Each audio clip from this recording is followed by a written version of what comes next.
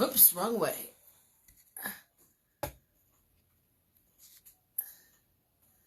There we go. Well, good morning. Welcome to Grief and Grace with Jill and Deb. And I'm going to wait for Deb to show up, and we'll see what happens with all of this. I'm turning on my lighting super quick. There we go. Oh my goodness, there we are. And we'll see if we got Deb coming on, and we can talk about grief and grace and all the good things about what that means for folks right now as we head into our 4th of July weekend without a 4th of July in most places. And I'm going to get Deb up on the computer right now, and we'll see where we are. Okay.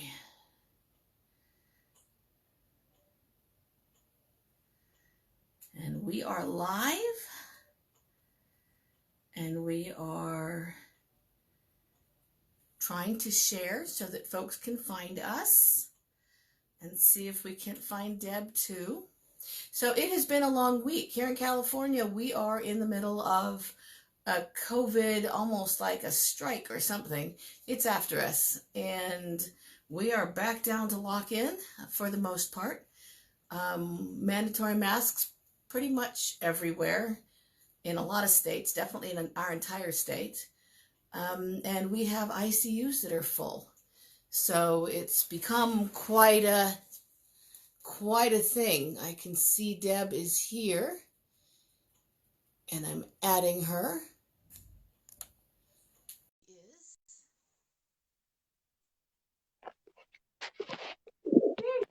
She is. There I am. Now my question is, can you see me, or are you just seeing the top of my head like I'm seeing? No, I see you. Okay. Comfortable there? I am now. Okay. I got a pillow behind me, so I have my coffee. And I have my Diet Coke. And I'm trying to share this now. There we go. All right, on my timeline. Hi. So how are you? I'm doing pretty well. It's been a rough week for some of my friends. I mean, I have some sort of virus, but it's not COVID as far as I know. And hi, Mark. I'm so glad you're here. That's a friend of mine, Mark Laswell, in Peoria, Illinois, actually. So I might have had, and Hannah's here, and oh, wow. The gang is coming in. I'm so glad. So I'm doing pretty good for, I got some little virus or whatever. So anyway, I'm doing pretty good. I'm just laying low. I wish I had your weather. Our plans would be, no, I don't want your weather. It's like 104 out right now, and it's only 10. No, I don't want your weather. We have humidity like that, but no. But I'm more concerned. We have to baby them right now. It's way too hot. Oh. Well, I will be sending pictures of my zucchini at some point. You know, when you're feeling, I gotta tell you, when you're feeling grief of any kind, it really helps, I think, to watch things grow. Yeah. Doesn't it make you feel better in your heart when it's like you're feeling a loss and then you're seeing plants. I just think there's something healing about that. Yeah. I've enjoyed a rose bush that's blooming for the first time right now, and it's just been delightful as we've been going further and further into lockdown again to wake up and see one more pretty little flower that I can smell and enjoy. And yeah, my plant. Oh yes, I'm one of those weirdos, you know. When I break something off, I've got to seal up its aura, you know. So I do. Um, but I started to say, a good friend of mine had a friend that was not a friend. She had a family member be murdered this week, and Oh my that's goodness. yeah, yeah, senseless, crazy. No, none of the details need to be mentioned, Right. but it reminded me when my family member was murdered, and it was unreal seeing it on the TV, and that was over 40 years ago. I was young, and seeing it all over the TV and seeing, I mean, it's surreal. It's just not real. And No. a lot of my campers that are all grown adults now, oh my gosh. You know, I told you I was HIV. I worked in a HIV camp, volunteered for many years as a clown. I was a clown there, HIV camp for families. And it would be, I can't tell you, especially starting in the 1990s when a lot of them were growing up, and they lived in inner city Chicago or East St. Louis. The kids or the adults would be crying on the clown because another friend Had died. had died. And what do you do? So I'm sort of asking you, what advice do you give your clients and the adults? Like, how do you move through that grief, Jill? I'm just To the traumatic loss or multiple losses like a pandemic? I think got both going on. I want to say yes to all of that. So however you want to subdivide that, I'm okay with that. All right. So I was a social worker for our local AIDS project when we still had HDLV 3. Somehow we put numbers on things. I'm not sure why, and that makes them worse as far as I'm concerned. I heard 19 on COVID. I thought, oh my God, we're in for it now. Yeah. What the research says is that when we went through the AIDS crisis, which of course was ignored for a long time, and thousands died without much acknowledgement. Likewise with some other mass losses, and even for fire department widows in 9/11 who had a shared mass loss. What they found was the folks who could really ski right along with the losses, but had a good support system who would give them the space they needed, but be there when they needed them. So they could raise the white flag and say, I need help, and then they could say, give me space, and people would back off.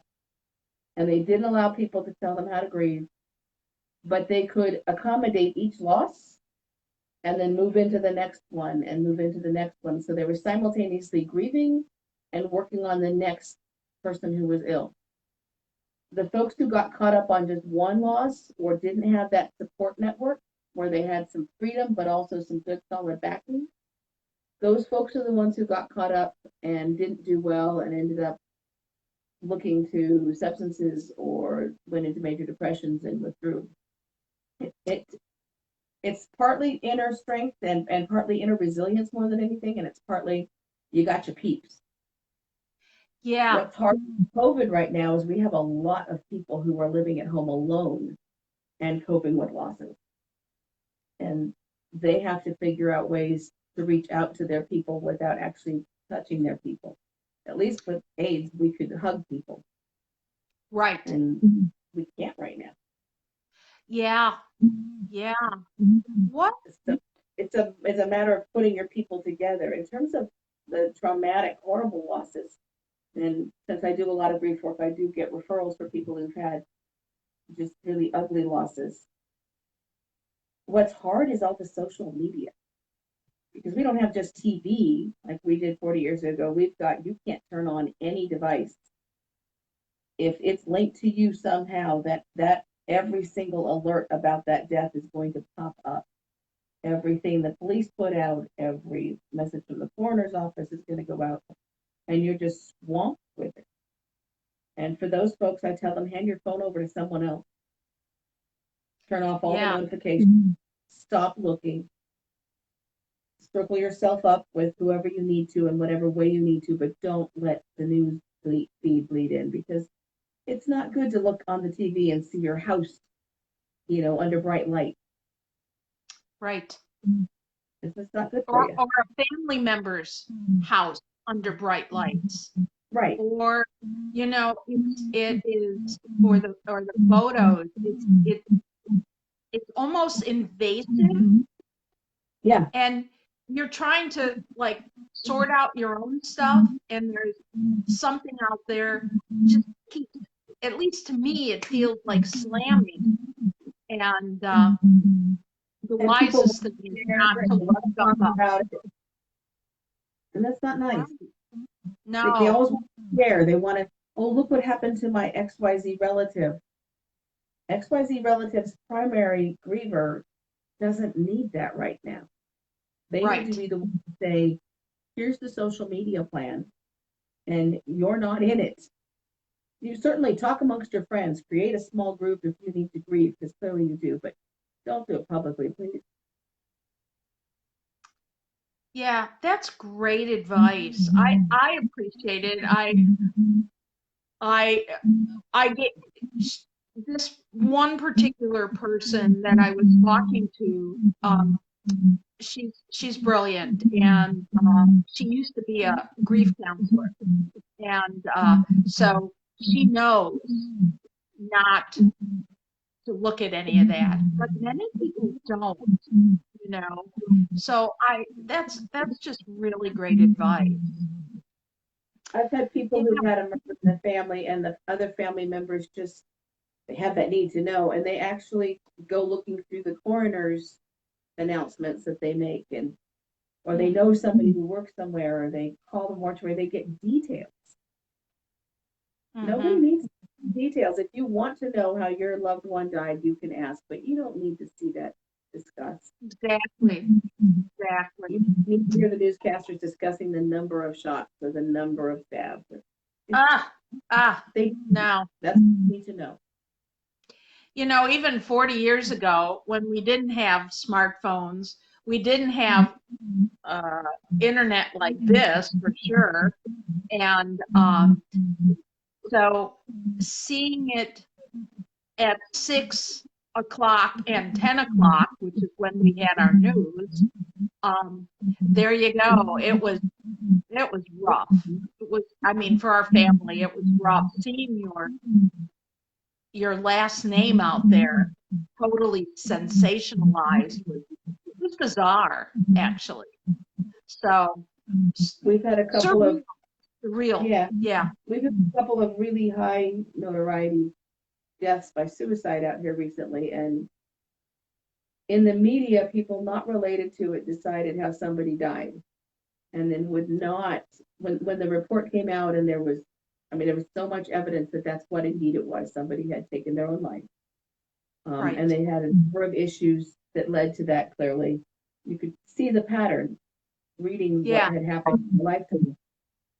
But there were people on social media locally demanding to see the videos, demanding to see him walking to the spot and they wanted to see we have a right to see the coroner's report. No, you don't. No, you don't. That's the family. That's private, and that's your grief. That's just you wanting to have fodder, and the family needs you to say you're sorry, not to use their loved one's death for a debate. Exactly. And especially now, there is. I used to wonder. I'm going to say it in a sort of humorous way. Well, grief is, like everybody's usually grieving something, but it's not apparent. Oh, have your pick. This is the stuff we learn at conferences. When you have multiple And now conferences are going to change, right? Because we have to address media, we have to address COVID, we have to address, and I feel like I have to make a whole new set of things to do. In fact, I'm with you. I'll probably create that. Here's things to do now, because it's not just you've escaped it. We used to think, oh, no one died this week. That's great. We can't say that. There is this, that just blows me away. I can't even use that. Well, the other day I had something that was really on my heart. And I know I called up a friend crying, but I said, no one died. I mean, immediately. So Right. it's like I gotta qualify it. Right, because there are so many deaths happening. I know. And but learning, before when you were talking, I really loved how you sort of went that, the resilient roller coaster. Yeah. Yeah. And every loss and move on to the next one. How do you, there's many grief groups out there on Facebook that I'm part of, and people, are whether it's a hospice group or a grief group, the person who's already died, and here's a safe place. Often I say, I don't have any words. I do know you take it not a day at a time. You take it usually a minute or a moment at a time. And I tell everybody, you gotta breathe. You have to be mindful. Yeah. You gotta get out. You can't just sit with it all the time. No, and breathing, I mean, literally, many times when I'm on, obviously there, what do you call it? Facebook or something when, it escapes me right now. Yeah, not just social media, but when you're having a counseling appointment and it's a video chat.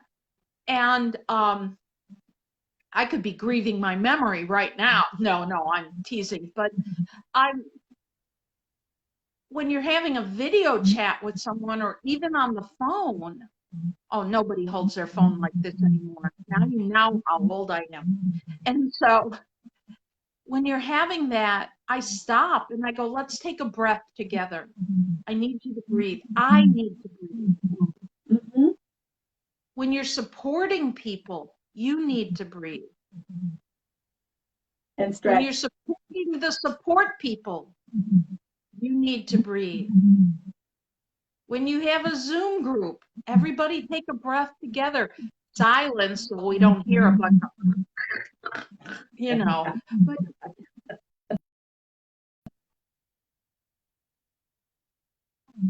so important.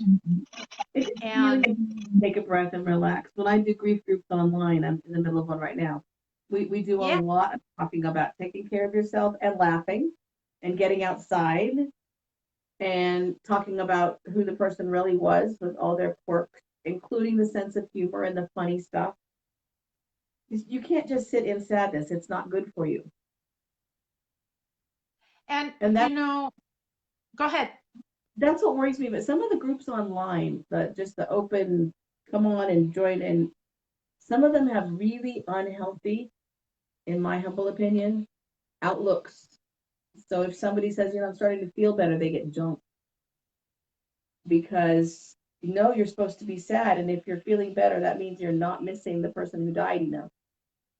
And you can just see there's this group where you've got to stay sad, and this group that's going, no, I really want to get healthy. I really want to remember them, but I really want to reconnect and not ever forget them, but go someplace new with them. this group will, if you're in one of these, they will hold you there and they will guilt you into staying sad and always grieving and make you feel like if you stop grieving that you didn't care enough. But You know, I'm glad you said that. I'm glad people, this is sort of morphing into the grief groups. A couple things that I'm noticing as a person that responds to that grief, not necessarily feeling it myself. I'm more of, you know, people say, how do I ever get through this? How do I ever? And so I'm the person, either it's a nursing advice, means go back to your doctor, go back to your hospice caretaker, or get a new hospice caretaker. right? Either responding that way. But one of the things I noticed, and I haven't read all the comments, but a lot of times someone will say, my partner just died. What do I do? And someone else says, my partner just died too. So now it's like, I don't like to, for me, to read everything, because then I'm glad there's a bunch of people able to share, but right? Is lifting someone up? Is it comparing?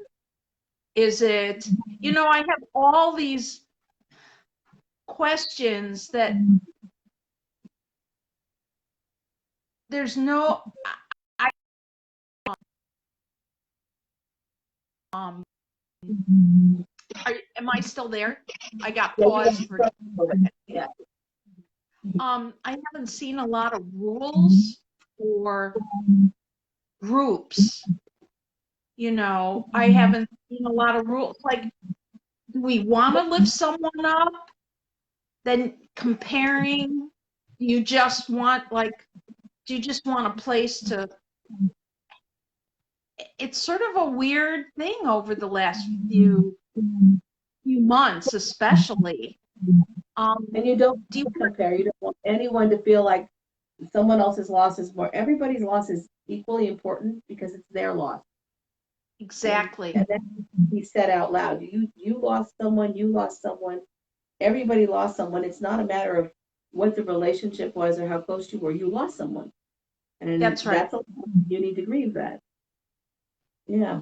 When I do grief groups, we do an exercise where I have the list, every loss they've ever had, ever in their lifetime.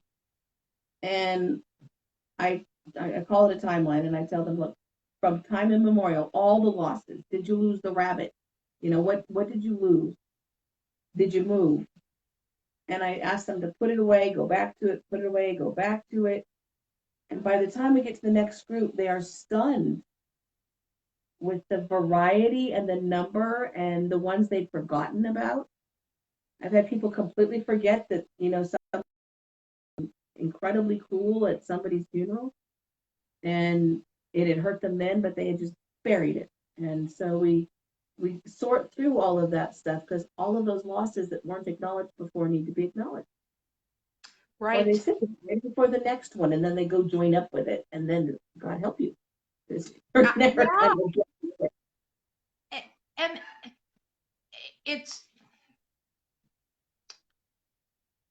it's just odd. And yet, you know, who am I to say if it helps people to read all that stuff that day, and then maybe the next day they go, okay, I need to breathe.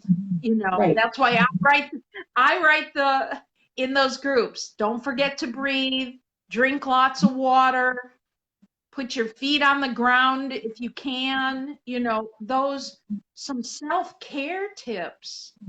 I tell them 15 minutes at a time, put it in a folder, put the folder away, put something on top of the folder. Don't look at it again. Don't do it after 5 in the evening. Don't over focus on it. It'll come to you. The thoughts will come to you, but don't just sit in it. Sitting in grief is not healthy. As you know, we need to laugh. We need to smile. We need to connect with people.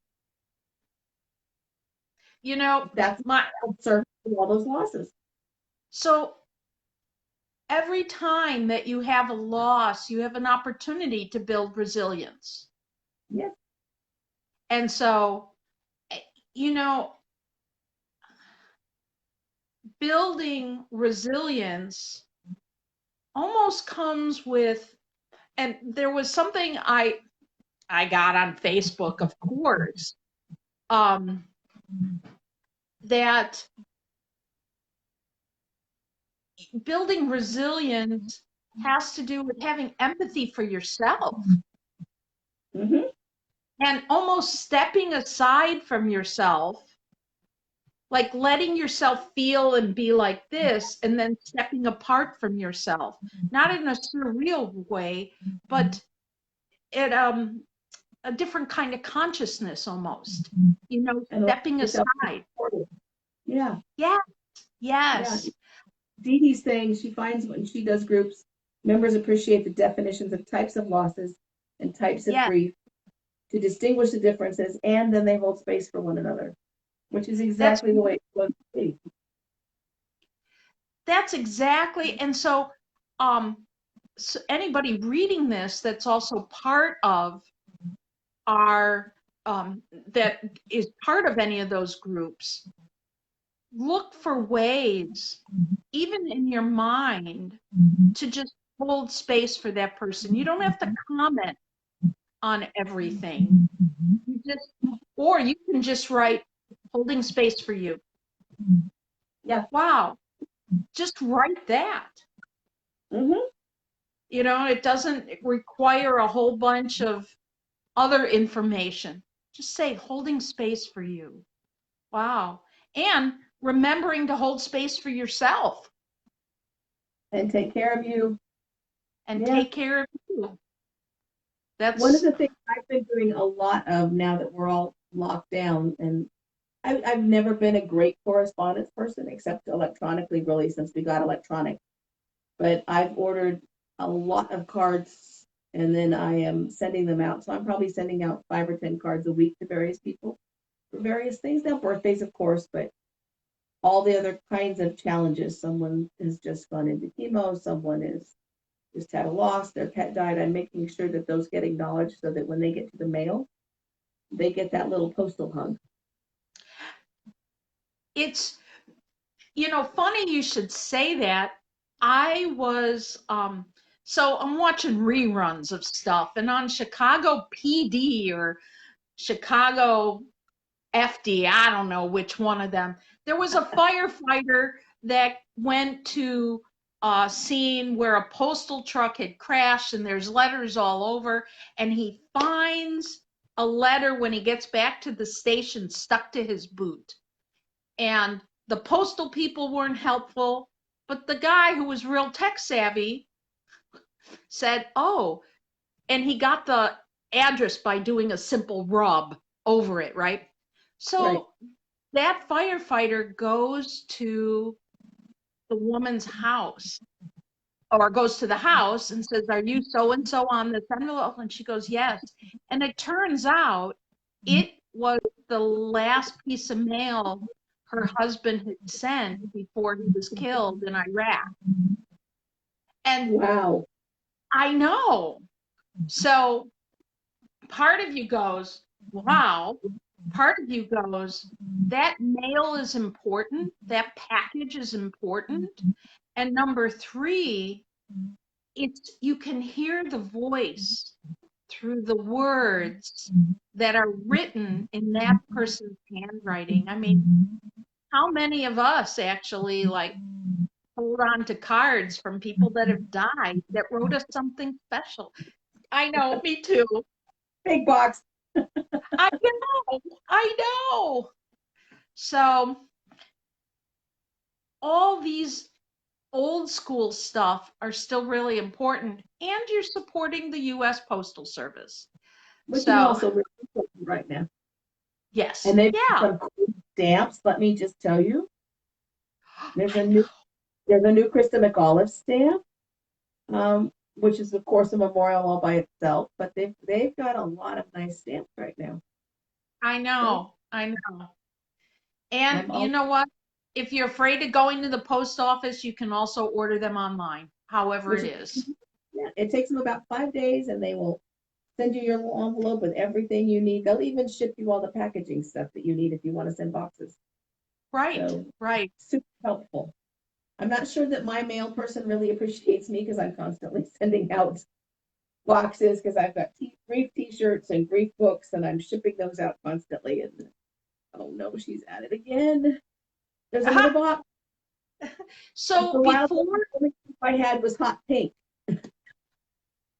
um, you're funny, which is why I love you. Um, a couple things. You have a grief workshop coming up, right? I do. In fact, Dee Dee, who's on here, Dee Dee Diaz, is the one who's put it together. She's put together a whole seminar. It's got, I don't know, 20 or 25 incredible people. If she does it again, you're going to be part of it. I promise you. Okay. Talking about various kinds of losses. So there's military families, there's loss by suicide, there's COVID, there's pet, there's spouse, sibling, all of the losses are on there, and it's they're pre-recorded, so you could just pop in.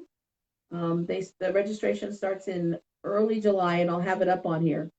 Okay, And great. it's you can pop in and watch the videos, and it's just conversations, and she's fun to have conversations with. So I got to be on two of them. Awesome. Yeah, I'm all about the gutting to me twice. So it's a fun one. And I Great, think if great. anybody has any kind of loss, they will find it on that list. And you've got some things, Wonderful. right? Say again. Don't you have some things coming up as well? Um, I did 11 teeny tiny steps for becoming a physically, emotionally, and healthier you, and spiritually healthier you.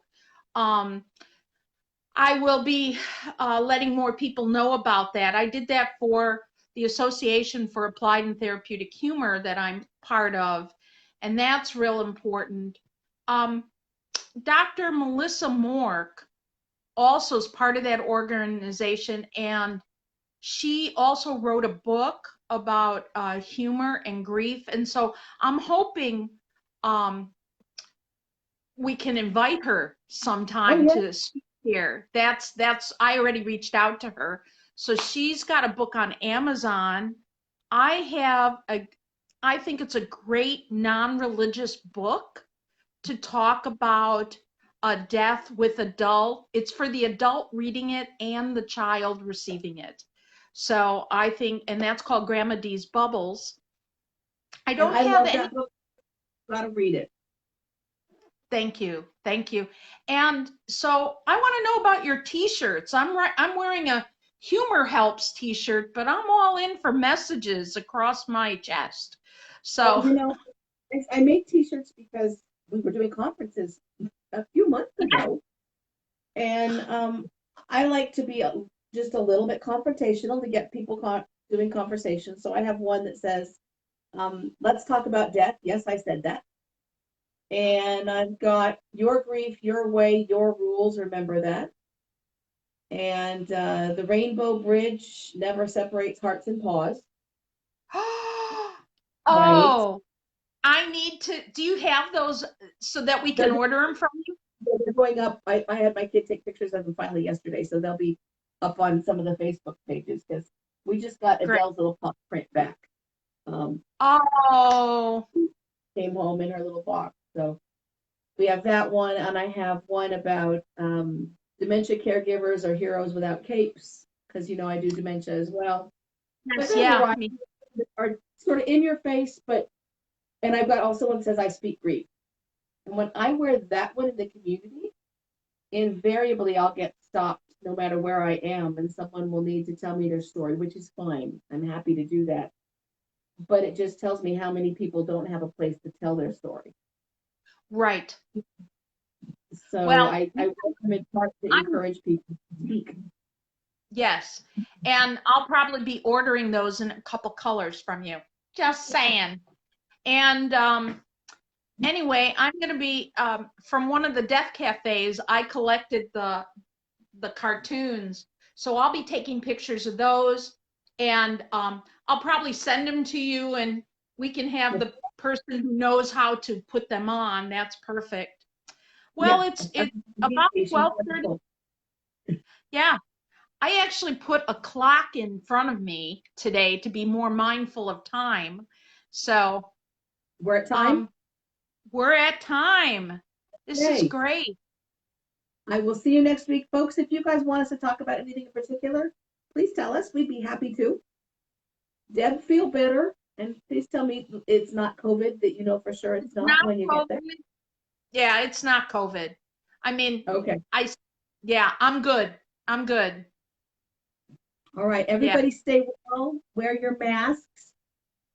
For goodness sakes, wear your mask. Stay in. Don't get burned by fireworks. And we'll be back here next week. That sounds great. Bye, everyone. I'm going to post it on my page too after we're done and it goes up. So share our post. I'm asking everybody to bring people in. Yeah.